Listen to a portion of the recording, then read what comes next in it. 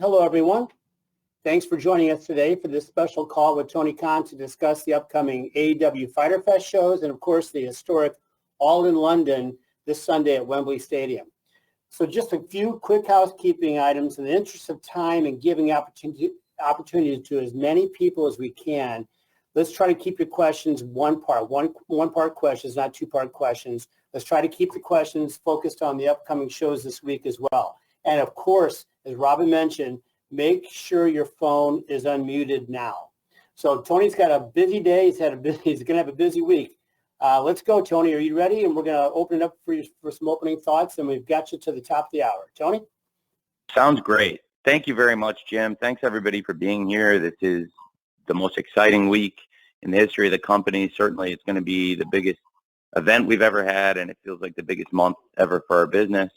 And it starts tomorrow on Wednesday Night Dynamite Fighter Fest, and it's going to be a very busy week.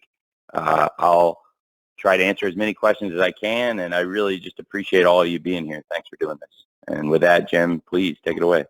Okay. So we're going to start with Phil Strum from the USA Network's Under the Ring, and then Jim Barcelone from the Miami Herald is on deck. Phil, you're up.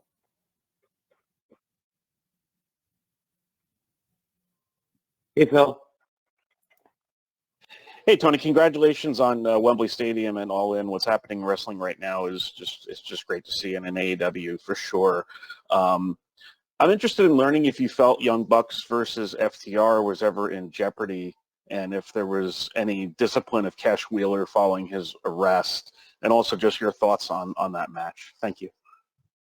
Thank you. Well, first of all, I'll start with my thoughts on the match. I think it's two of the greatest tag teams of all time. I have so much respect for all four men individually and each of the two teams collectively. I think they're both amazing tag teams. I think all four men are great wrestlers, and they have had great matches. When FTR arrived in AEW, it was all about the build towards FTR versus Young Bucks, and that first match was incredible at Full Gear 2020. And for a long time, we wanted to see a rematch. We finally saw it in Boston. It was an incredible match on Wednesday Night Dynamite in April of last year. And the rubber match is something I know I've personally wanted to see for well over a year now. And I know a lot of fans in pro wrestling have wanted to see it. And I thought the perfect place for the rubber match to settle one of this great rivalries in the history of tag team wrestling would be AEW All In. And as for things that have happened outside of the ring, I can't comment on the specifics at this time because I still don't know everything, still learning facts. But based on the information we have, at this time, we're still keeping an eye on that situation. And at this time, I think it's a very inconclusive situation. It differs from other times where we've come in and weighed in on a situation or acted on a situation based on the evidence, because in this case and everything we're looking at, I don't think we have those facts right now. So at this point, I think it's rather inconclusive. But I do very much look forward to the match, and we'll keep an eye out throughout this weekend as long as it's a pending situation at what's happening. Thank you very much. Thanks, Phil. As promised, next up is Jim Barcelone from the Miami Herald. Steve Fall from 10 Count will follow Jim. Jim, you're up. Thank you all so much. And again, congrats on this All In and the ticket sales and attendance. That's amazing, wonderful, and great for everybody. I'm curious to navigate a little bit to TV. Tony, I know you're an analytics guy, and I'm curious. I'm not all into the analytics part of it, so you might be able to give you will be able to get a better aspect. When it's something like college football season coming up and you have the shows like Rampage and Collision Friday, Saturday, do you look at the numbers differently during that, or you don't really take that into account, the different seasons of the different events that are on? It's a great question. I definitely think we see pro wrestling affected by the competition at times, and certainly the toughest competition in all of television is football. I'm biased towards football since my family owns one of the 32 National Football League teams, but football is the strongest product on television by far in America, and it's the strongest product in the world.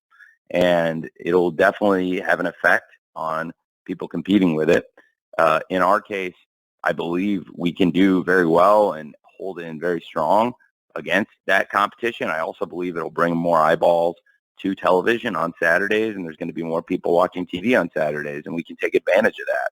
But it certainly does create a more competitive landscape whenever there's football on, whether it's pro football in particular or college football. Thank you. Thanks, Jim. Yeah, thanks, Jim. Appreciate that. Steve Fall from 10 Count is next. And then we're going to follow Steve with a write-in question from Alistair McGeorge from metro.co.uk. Steve? Hey, thanks. Tony, very pumped for the show this weekend, but how difficult is it for you to put together an all-in card versus an all-out card? Like, who decides on who's going to end up on what card? Because obviously everybody wants to be at Wembley. So is it a difficult decision on where these matches land? Yeah, it's a very difficult decision. I have to make that decision. Very unpleasant, and people absolutely do. You're completely right. Want to do whatever they can do to be on Wembley, but also there's a great show coming up the following week in another market that's hugely important to AEW, and that's Chicago, the United Center. And there'll be a lot of focus on that show. Certainly, as we come out of All In, there'll be a lot of focus on All Out, and certainly with a big spotlight on All In, it'll provide a great opportunity to promote All Out. Also, the live event weekend is really important. We've got a massive ticket gross right now, obviously a massive ticket gross at Wembley Stadium, which is historic, but also one of our best gates at the United Center. We've got a great crowd coming in for All Out on pay-per-view, and that is a great weekend for us to run the event in Chicago. And on the live gate alone, that's going to be a massively profitable event. So a lot of it is about the real estate that we've carved out for ourselves. And now we found something really special to do All In during the bank holiday weekend on August 27th, this Sunday in London, and then come back for Labor Day weekend in Chicago and have another very profitable live event.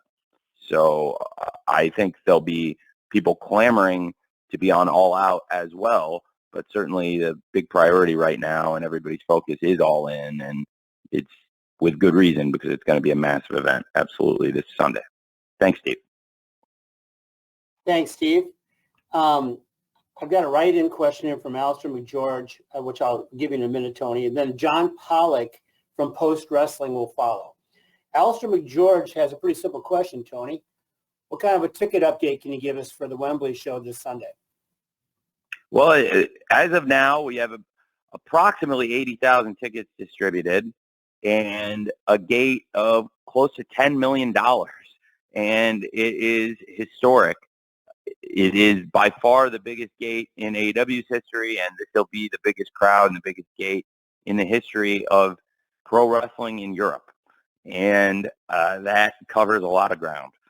It's going to be one of the biggest shows in the history of the world, and we'll see how the final run-up, what we generate. But I think it's safe to say that there's going to be 80,000 people there this weekend, and there's going to be a historic revenues for AEW, but also should be a historic night for pro wrestling in England and a historic day for all of you back in America. I can't stress enough, it's going to be different than anything we've done for the viewing habits of our pay-per-view audience to have AEW on in this particular window when, normally this would be when NFL is going to be starting on a Sunday, 1 p.m. Eastern, noon Central, and of course 10 a.m. Pacific. Very familiar NFL kickoff time to a lot of people. So very much looking forward to that. Thank you. Thanks, Alistair. Okay, we're going to move along. Again, just a reminder, one question per person. We're doing well here. John Pollock from Post Wrestling is next, followed by Amy Nemedy from WrestleJoy. John. Hi, Tony. I just wanted to go back and ask you, when you learned of the situation with Cash Wheeler, was it last week as everyone else did, or were you aware of this back at the end of July when the incident allegedly occurred? Because of the nature of it, I'll be honest. It's not like I've known for a long time what was going on here, but on the other hand, I have tried to gather all the facts and information, and I still think, we don't have all the facts here, and I don't want to comment too much on the situation, but we're still gathering information, and that's what I've been trying to do for the several days. Thanks, John. All right. Thanks, John. Amy Nemedy from WrestleJoy, you are next, followed by Brandon Thurston from WrestleNomics. Amy. Hi, Tony. Congratulations on this historic event with All In. I want to sort of circle back to the first All In. I've noticed that MJF was in the very first match of the first All In against Matt Cross. And now he will be kicking off the show again with Adam Cole fighting Aussie Open for the ROH tag titles. Then he will be main eventing this show as the world champion against Adam Cole, fighting for, of course, the AEW World Championship. I wanted to know, what was your thought process in booking this card? How much did you consider the first All In, and how many tie-ins you could make on this historic show? Thank you for your time. That's a great question. Well, you've opened me up for several things there, Amy. I appreciate it.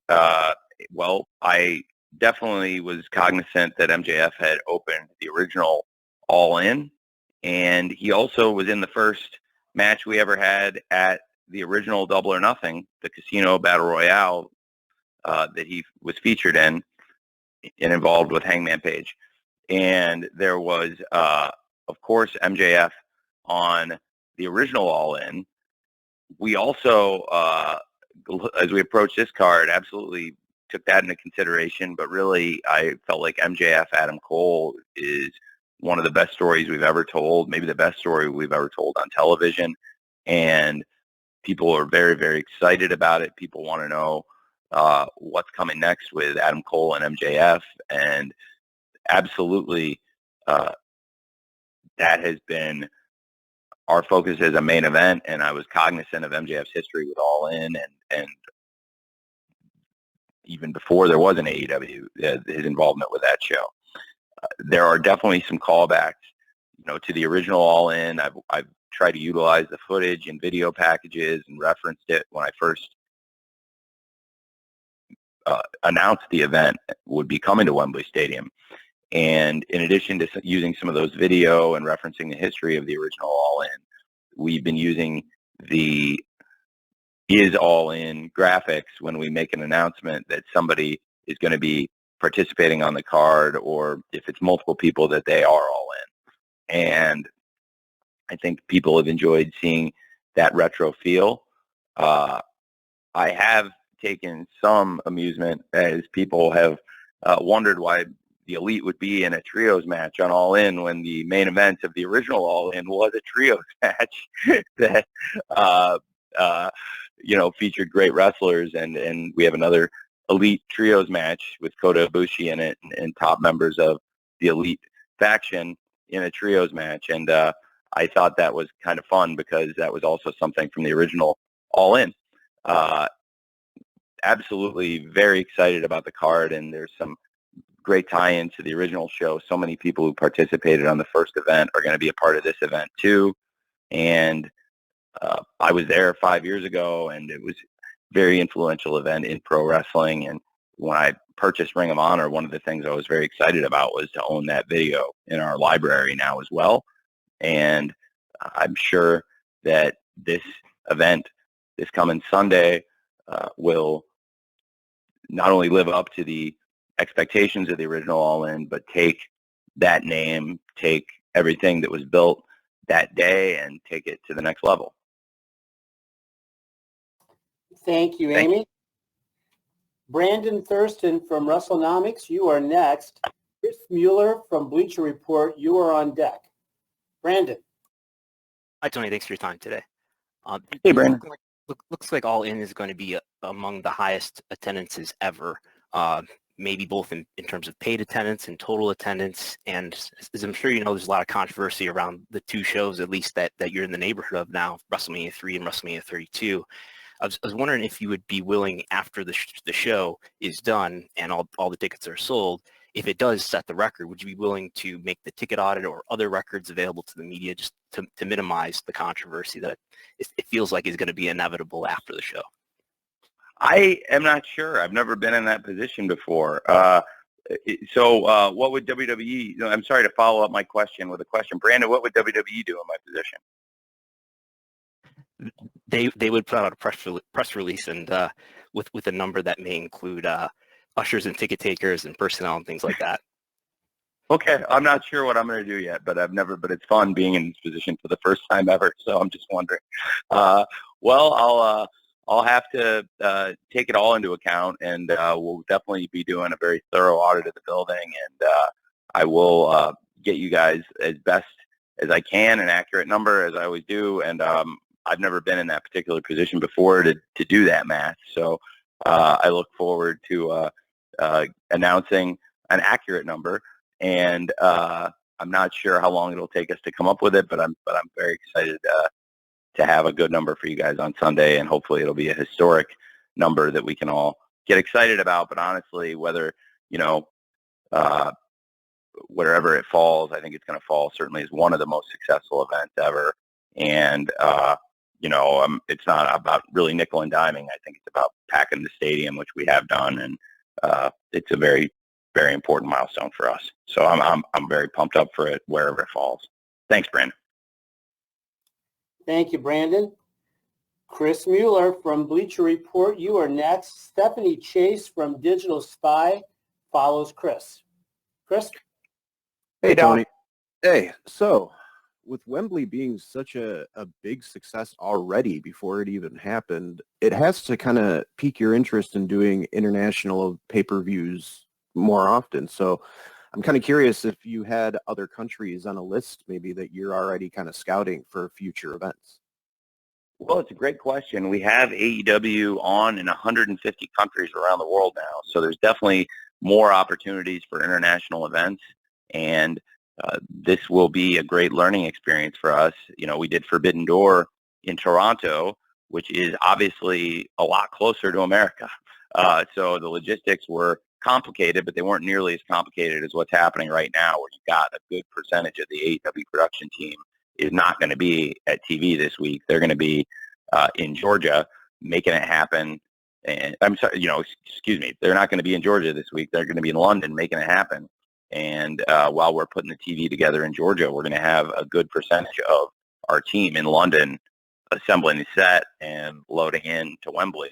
We'll learn a lot from this, and I expect more international events in the future. As far as where we would go, it's a great question. I'm not sure yet, but certainly it's been a very good year for us with international touring, as our biggest events have actually been these international events with All In and now Forbidden Door, which is going to be another one of our top gates we've ever had.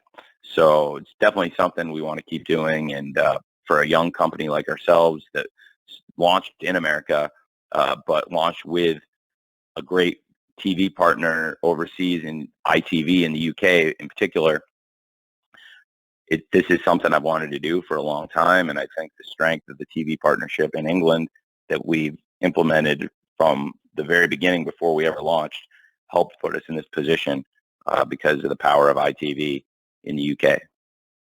Thanks, man. Thanks, Chris. Stephanie Chase from Digital Spy is next. Bill Pritchard from WrestleZone will follow Stephanie. Hey, Tony, how are you? I'm well, Stephanie. How are you? I'm great, thank you. I wanted to ask, because the Elite recently re-signed with Omega and the Young Bucks staying on as EVPs as well. How would you define their roles as EVPs now, especially if you compare it to wrestlers such as Chris Jericho and CM Punk, who also appear to do a lot backstage but don't hold any title? Well, that's a great question. I think it is a variety of responsibilities that different people backstage carry. Certainly, from the very beginning of AEW, Kenny Omega, Matt Jackson, Nick Jackson have been very involved in coming up with ideas and helping build some of the major events, including the original All In, which was actually before AEW even launched, and is brilliant creation from the Young Bucks. And I think that with, in particular, Kenny Omega and the Young Bucks, they have a great connection to the fabric of the company and the history of the company. And as we've gone on, I've added people to the team, people that work backstage, people that are also executives. Some of them are wrestlers, but for the most part, there's not a lot of people that carry the executive title and are featured on the wrestling show so regularly and so importantly as Kenny Omega and the Young Bucks. So I do think as we approach the first ever AEW All In, it's a great time to look back at all the great things that Kenny Omega and the Young Bucks have done here in AEW. And of course, they're three of the four original executive vice presidents, along with Cody Rhodes. And the four of them put together an event with the original All In that has stood the test of time and captured the imaginations of fans around the world. And based on the success of that original event, I thought that bringing the first ever AEW All In had the potential to be our biggest event ever, and it has been. So it's a huge blessing for the company, and in large part thanks to the Elite, Kenny Omega and the Young Bucks, for creating All In.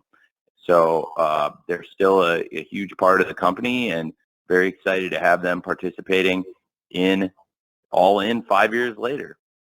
Thank you very much, Stephanie. Thanks, Stephanie. Bill Pritchard from WrestleZone, you are next. And then I've got a write-in question, Tony, from Mike Johnson at PW Insider. For now, it's Bill. Great. Good afternoon, Tony. How are you? Good afternoon, Bill. I'm very well. How are you, sir? Good. I wanted to ask about the actual match card that's been announced, if you could comment on this being the final card or if anything else could be added. I know, specifically Paul White's kind of teased something with Captain Insano, and there's some other matches that maybe fans expected to be announced that aren't yet. Could you comment on how final, what I think it's 9 matches are? There will be adjustments to the card. Some of them have been planned from the beginning. Some of them are things that we're dealing with on the fly. I would love it if the first thing I wrote down months ago for every pay-per-view card was what actually came to life. It is rarely the case that you put ideas down on paper and then months and months go by and there's no major changes to that set of ideas. I wish that everything in pro wrestling happened in a vacuum and that all of our best ideas, as they played out on paper, didn't get changed up. This has been very challenging, but honestly, I've been through a lot of challenging stuff, and I understand when somebody gets injured. On one hand, you can blame the company for that. I mean, they're fluke things. So if 2 wrestlers go out and have a match and somebody gets injured in the match doing a wrestling move, look, the company, sure, we put them in the wrestling match. If there's an injury, it is our fault. But on the other hand, anytime we do a show, there's going to be a bunch of wrestling matches, and you have to accept the possibility there may be injuries and things that are going to change the card. There's been a lot of that with this show. What I'm very, very, very, very grateful for is that none of it has involved MJF and Adam Cole, which could have happened. Certainly last year, for example, I lost Adam Cole twice in one summer. Not only did I lose Adam Cole twice in one summer, within the span of 4 days, due to injuries, I lost CM Punk, Bryan Danielson, and Adam Cole, all for extended periods of time within 2 shows that happened 4 days apart. And that would be, or I guess 3 days apart. So within 3 days, I lost Punk, Bryan, and Cole last summer, 22, between Double or Nothing and Dynamite episode 139 at the Forum. And then, that summer it was very challenging. It was already challenging with Kenny Omega being out. MJF had stepped away. It was a challenging summer, but I think we worked through it and came out of it in a good position. There has not been that many injuries all at once, but then slowly, kind of one at a time, things have added up, and they changed the card a lot. So Bryan Danielson was somebody I wanted to have prominently involved in this card as well. Certainly this MJF Adam Cole story has been something that has been in the works. The idea of them as a tag team, and it's just clicked so beautifully. And there are ideas you have on paper that click. And, I love working with MJF and Adam Cole, and their stuff is going so well. I'm so happy. And that has been a real blessing for the company, and I think a real blessing for this pay-per-view. And I will, as I say this, I am now going to knock on wood 10 times that it stays this way. Now, as of right now, I have no reason to believe, as of now, that there will be a status change to the tag team title match. Obviously, we'll keep an eye on that situation. I'm not saying I'm taking it lightly, but as of what I've seen right now, I haven't seen enough to make the change there, and I'm not expecting to, but I will keep an eye on it, and I'm taking that seriously. But it is also one of the most important matches in the history of the company, and I'm very excited about it. And as it stands right now, I think it's going to be one of the greatest tag team matches we've had, and it's certainly one of the greatest nights we've had. So I believe it's very fitting that we have this huge world championship match, MJF versus Adam Cole, that's been building here in AEW literally for months. And this huge World Tag Team Championship that we've been wanting to see for years with Young Bucks versus FTR, and very excited about both those world title matches.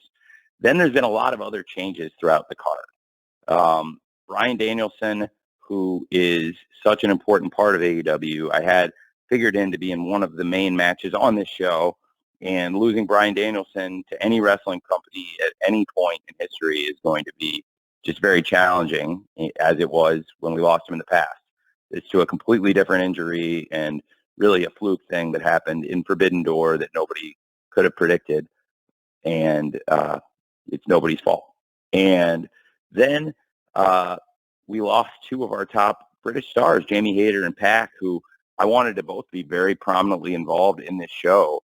I think it's fair to say that they are the top homegrown, in Jamie Hayter's case, female British star, and probably the top signature male British star of the company in Pac, although I wouldn't say it's completely fair to call Pac homegrown, since he had a lot of experience wrestling on television worldwide before he arrived here. But to lose Bryan Danielson, Pac, and Jamie Hayter, that changed a lot of plans. But we knew that they were all probably going to be out in recent weeks and had time to plan for that. Now I'm going to be honest with you about more stuff. I expect more changes. They were not changes I wanted to make or planned to make. I'm not talking about the aforementioned matches, not the World Championship match or even the World Tag Team title match or any of these other matches that I just brought up. There will probably be some other changes to the card necessitated by things happening in the real world. Stuff, in some cases, stuff that's nobody's fault. But stuff that is not related to the world of professional wrestling. And I am going to try to work through this week to make it as strong as possible with actually making the card hopefully better than it has been. But yeah, there will be changes to the card. I'm planning to add something, and I might have to make some changes within the body of the card as it stands right now. But they're not substantive changes that will change the quality of the show, and I'm very glad that the big matches are in such a good position right now. And also, to be honest, I think you're going to have to stay tuned. And then after you see some changes, whether it's in the scrum after the pay-per-view or whenever, I can talk to you more about when and why I decided to do those. But it's not like they were things that even a week or two I knew about or was expecting to have to change. And that's part of pro wrestling.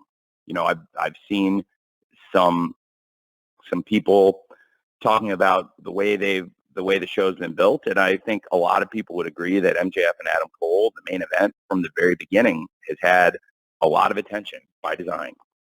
And that has been a bedrock program, and I think with a big wrestling pay-per-view, you want to spend a lot of time building up that main event and have a lot of storytelling. In the case of MJF and Adam Cole, there is a lot of storytelling, and we put up a while back, leading into the MJF and Adam Cole versus FTR tag team match. We had a video we put together that was a kind of a best of or a supercut of all the moments since MJF and Adam Cole first started interacting ahead of their first match, which was a 30-minute draw. And then the things that have happened in the week since as they became an unlikely tag team and very successful and became friends. And as that friendship grew, we followed it closely. It's been really interesting stuff. And we made a supercut of that we posted before their tag team title shot against FTR. And then we recently updated it with everything that's happened, including that match against FTR for the tag team championships, which is a great match on July 29th in Hartford on Collision. And then everything that's happened since then, since July 29th with Adam Cole and MJF leading into this match. It's a fascinating story. And actually the video we posted, I believe, is almost 2 hours long. And so we've got nearly 2 hours of story, just really featuring the best of clips. And there's a lot of information in there. So for anybody who wants to go back and see the story, there's a lot of storytelling, and there really is a lot there. I also put up a video looking back at the history of FTR and Young Bucks because I'm so excited about the match. I'm so excited about the tag team championship being at stake, and these two teams and these four men in this position, Matt, Nick, Dax, and Cash, they've come so far in their careers, and I've followed both teams for a long time before there was an AEW. I'm a huge fan of both teams. It was a dream come true to have that match in Daly's place for the first time ever. I actually sat in Gorilla producing that match, and I had Shaq sitting next to me. I watched it with one of my heroes, and he was blown away by the quality of the match and the quality of that show. And that was one of my greatest nights as a wrestling producer, Full Gear 2020 in Jacksonville. And the energy of the crowd, even though it was a physically distanced crowd and we were only putting 25% capacity in because of COVID restrictions, the people that showed up that night made that a great show, including the fans who came and, of course, the wrestlers who made it a great night of wrestling. And to have FTR versus Young Bucks here, it's a really big deal. And if you look back at some of their history over the years and how far this goes back, it really is a throwback to the old days of Daly's Place. And I think it's going to be a great match.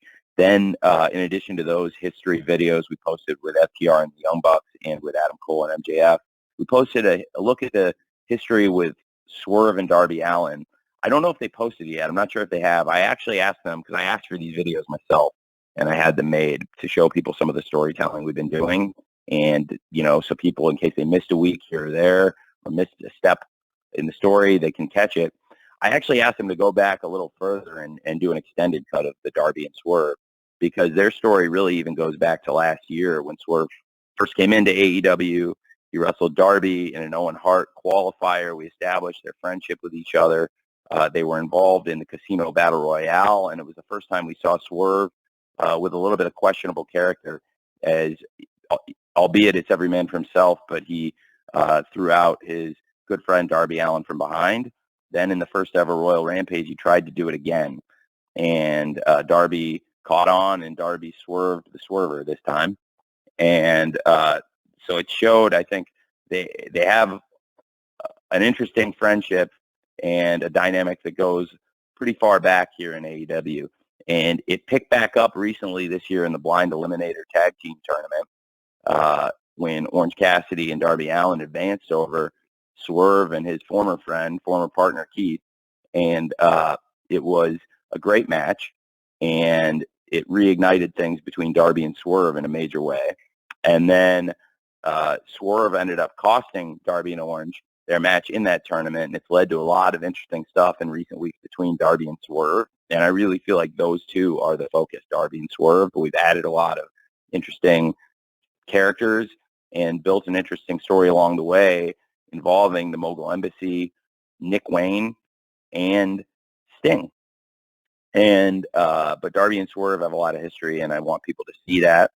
That it's really largely about those two. And there's going to be a lot of great stuff on this card. I will be adding stuff, as I said, but I will also be changing things. They were not things I was expecting to change, but that is the nature of wrestling. But I am really excited about what we built here, and I think the stories we've been telling, we will still be able to tell. I'm very optimistic. Thank you. Thank you, Tony. Got this write-in question here from Mike Johnson from PW Insider. And after that, we're going to go to Dominic D'Angelo from Inside the Ropes. Tony, Mike asks, what has your father's reaction been to All in London ticket sales and all this success thus far? It's been a long way, or it is a long way, from him taking you to the ECW arena in Philly. Yeah, it is. It is a long way. I know my dad's very proud of the success of AEW, and in particular, All In. This is all happening because of him. He is the reason that I've been in a position to launch AEW in the first place, and he's the reason I started going to Wembley Stadium and built these relationships, and he's the reason I built the relationships in sports that allowed me to get my foot in the door to make AEW a reality 5 years ago. And he is the most savvy businessman I know, and he is very aware of the huge success that is AEW All In at Wembley Stadium. So I was actually with him last night talking about it, and he's very, very excited about the event and everything it represents. It's definitely a long way from him taking me to see wrestling events as a young kid, and he was never a wrestling fan. It wasn't like he wanted to be there, but I think that speaks to what a good dad he was, because he supported me being a wrestling fan, even though he didn't really like wrestling or didn't care particularly about it. It wasn't for him. He was doing it. He was doing it for me, which I've always really appreciated. Thanks. Thank you, Tony. Dominic D'Angelo from Inside the Ropes, you are next, and we're going to follow Dominic with Robert Butler from the BBC. Dominic. Hey, Tony, how are you doing today? Doing good, Tom. How are you, man? I'm doing great. Yeah, congratulations on All In coming up here, and I wanted to commend you, too, for the Maui Food Bank, doing that all last week for Dynamite, Rampage, and Collision. Question I had was regarding Sting. Obviously, he had a little bit of a persona change just to tweak this past Dynamite, but a lot of speculation early on was that he was going to be, this might have been his final match coming up here, but it looks like he'll be around for maybe a little bit longer. I was curious if you had any further conversation with Sting about a contract situation, maybe extending him or him lingering around a little bit longer for you. I have. Sting is very well aware I would like him to stay as long as he feels physically up to wrestling. And I think he really enjoys doing it. He's having a lot of fun. Sometimes you hit on things in life you think are going to be good and they turn out to be great. And for me, a good example of that is Sting and Darby together. Not just on screen, but off screen too. I've been very, very fortunate that Sting listened to my suggestion when he first was thinking about coming back to the ring, and I suggested that he watch some matches from a young man named Darby Allin and check him out and get familiar with him. And I wanted to introduce the two of them because I thought they could really hit it off, and they have, to say the least. And in the ring and out of the ring, they are an incredible pair. And I'm very excited that this will be one of the great moments in one of the great careers in wrestling. And we've really had some very special moments for Sting in AEW, where I think he'll be able to hold his AEW run up, as these were many of the really special, great moments in my great career. I think Wembley Stadium will be a really important chapter, and certainly Grand Slam, Sting and Darby versus FTR at the original Grand Slam, I think was one of the great matches of Sting's career. And then he went back to New York and had another great match last year against the House of Black. And I really think that so many of the memories we've created here with Sting, I also would include the original Forbidden Door, where Sting and Darby wrestled against the Young Bucks and the Bullet Club. What an amazing match. What a great start it was to the match, too, with Sting jumping out of the shadows onto the Young Bucks. It was an amazing match. And there's been so many great memories for Sting in AEW. I don't want it to end. And I won't be the one to pull the plug on it. So when the time comes, Sting knows he needs to be the one to say, I don't want to do this anymore, because I'm going to let him go as long as he wants. And I want him to stay as long as he can. And it's so important to me that we let Sting finish his career the right way. And he's on this amazing run in AEW. He's undefeated through all these great matches Sting has had. He's built the best winning streak in all of AEW, which to me is befitting of one of the best wrestlers of all time. Thank you very much. Thank you, Dominic. I want to recognize we had a question earlier from a write-in from Steve Herman from the BBC that I believe you've already answered, Tony, but Robert Butler from the BBC has something for you here next. We're going to follow Robert with John Alba from Fight. Robert?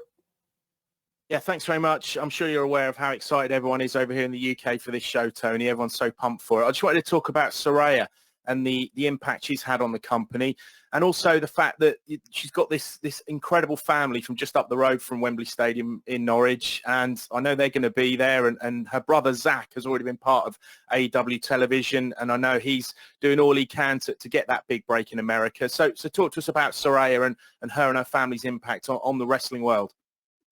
Absolutely. Saraya is a great wrestler. Saraya is a great part of AEW. She's been here for nearly 1 year now.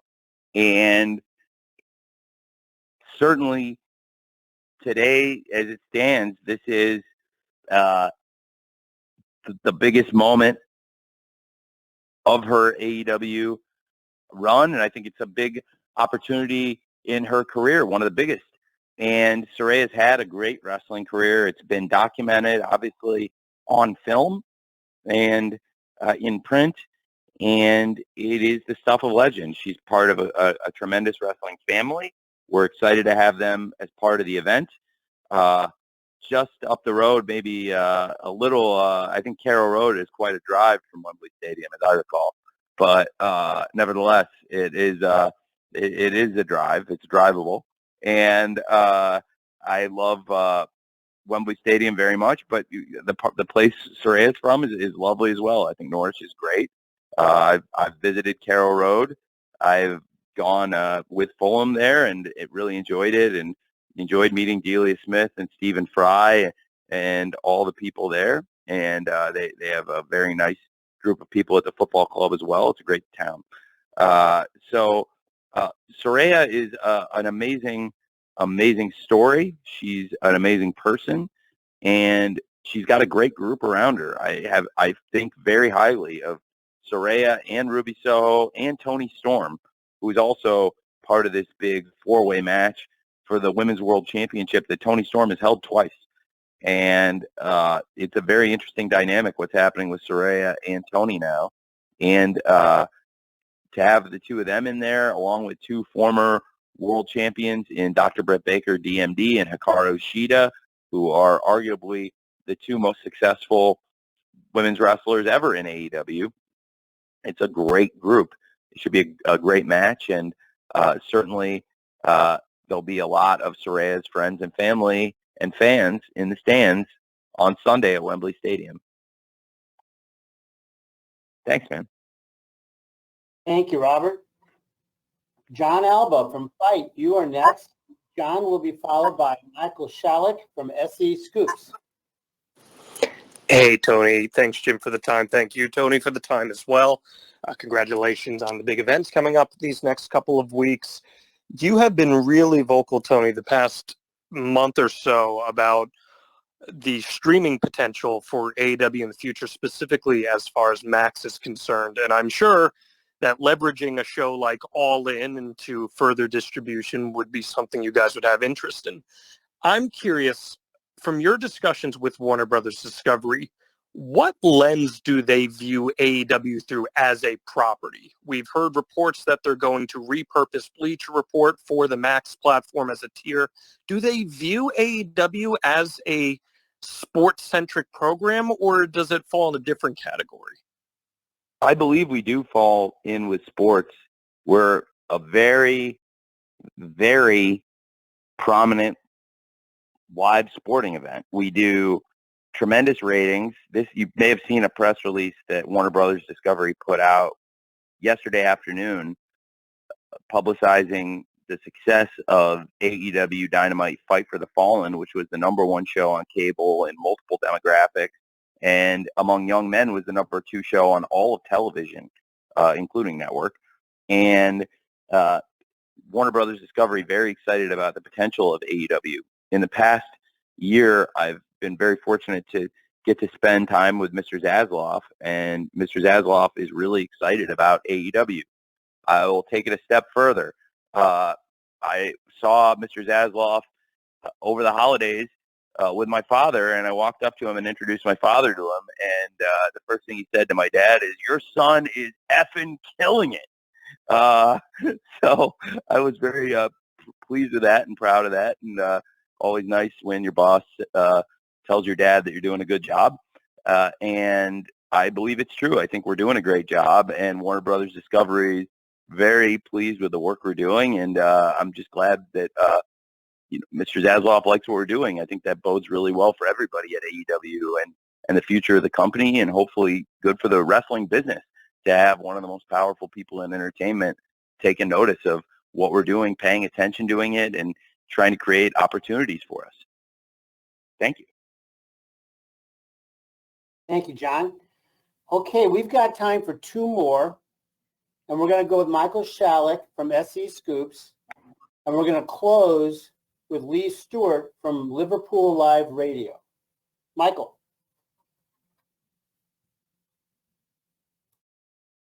Hey, Tony. Best of luck this weekend. Earlier this month, AEW announced that the Elite has signed new multi-year contracts.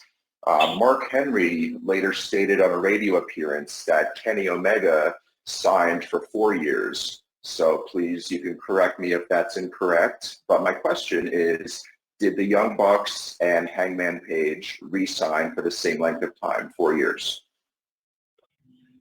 I have to go back and look at the paperwork. I think that the lengths are a little bit different, but the start dates are also a little bit different too. And, people had missed time due to injuries at different points in their contracts. So they were expiring at different points too. So it's not like everybody's deals were expiring on the same day. So I don't think they all end exactly on the same day, but everybody signed a multi-year deal and is going to be here for several years. And I've had really good talks with all of them. I have a lot of respect for them. I'm actually going to be filming something with Kenny later today that I'm really looking forward to, and have really enjoyed. I've always enjoyed spending time with Kenny, but really recently I've really gotten to bond with them a lot and enjoyed it. And the Young Bucks and Hangman Page, have so much respect for them. We'll be seeing them very soon as well. I'm literally going as soon as I get off this phone to film something with Kenny, though, since you asked about him, it made me think of it. And I am really excited that they're all going to stay. I don't think the dates all match up exactly, but the idea is the same with all 4 deals, that we want them all here to be multiple years in AEW, and that's why we did multi-year deals with all of them. Thank you. Thank you, Michael. Okay, last one is coming as promised from Lee Stewart from Liverpool Live Radio. Lee?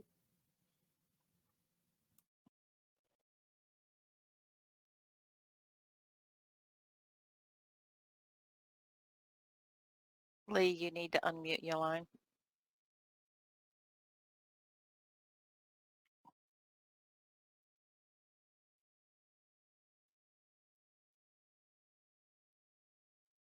Hello, can you hear me now? Yes. Can hear you now. Yes, sir. Apologies. It was touched upon earlier that obviously All In being not only the largest selling wrestling event in the UK, but the largest in AEW history. With that, and with your connections with ITV and other UK connections, can we expect to see a bit more of a regular occurrence in the UK for AEW? I will save that announcement for another date, but I think it's a very good question. I unfortunately, because you asked the question now as we're leading into this event, I don't think it's the best timing for me to answer it, but I do think I am very excited about the event and what it represents. And if you look at, how I've done things historically when something succeeds like this, I think there's a very good chance for that. And I'm so optimistic about the future of AEW in the UK. We have a great relationship with ITV, as you mentioned. I think they are the perfect partner for AEW Pro Wrestling in England, and they have that history of carrying pro wrestling for decades. And I believe ITV is the channel that is the most closely associated with the history of pro wrestling. So it's very fitting that we have that relationship with ITV. Just as in America, we have that relationship with TBS and TNT, which are channels that have an amazing history of carrying pro wrestling. And in Canada with TSN, that has a great history with wrestling. Well, in England, we have that with ITV, and ITV is also the most powerful commercial channel in the country. And in that partnership, it's really helped us grow the business in the UK and helped us get to the point where we could do something this exciting, where we're expecting 80,000 fans at Wembley Stadium this Sunday for All In. Okay, Lee, thank you. Tony, we got like about 60 seconds. Anything you want to close with? No, I really appreciate it, Jim. Thank you for moderating this, and I just want to thank everybody in the wrestling media for taking the time and listening in on this call. I hope I got to answer almost everybody's question, and if you didn't get one in, please keep coming. I will try to get you in, and also please come to the shows. Anybody who comes to the pay-per-view scrum, I always try to make sure if you're there that you get at least one question answered, and I look forward to seeing a lot of you soon, hopefully either in London or in Chicago or another show in the future.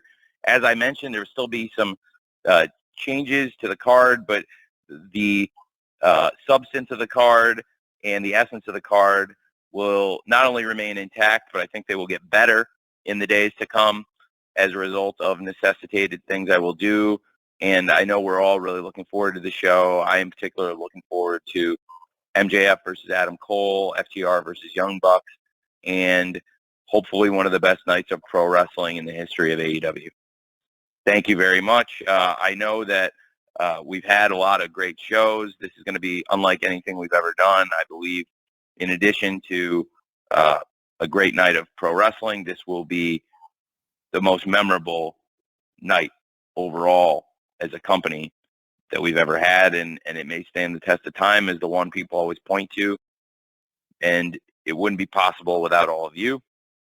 So thank you very much, all of you who attended this, and everybody who covers AEW and gives us the opportunity to do something that is, to me, a dream come true, and this show in particular is the embodiment of that dream. Nobody ever would have thought this was possible. Believe it or not, this isn't the first show I've ever drawn up to go to play at Wembley Stadium. I've been, as a fan, I'd wrote wrestling shows for years, and one of my real dreams was always to do a Wembley show. And thanks to all of you and all the great wrestlers in AEW. We're going to make it come true this Sunday. So thank you very much. All right. That's wonderful. Thanks, Tony. Well, as Tony said, we're now at the end of our time, so we're going to be distributing the audio recording here to all the attendees shortly. So again, on behalf of Tony and everybody at AEW, thanks for being part of today's call, and especially for all you do to bring professional wrestling to fans worldwide. We're looking forward to seeing you this week for AEW Fighter Fest in Duluth, and of course in London on Sunday for AEW All in London at Wembley Stadium. So thanks again very much and have a great day.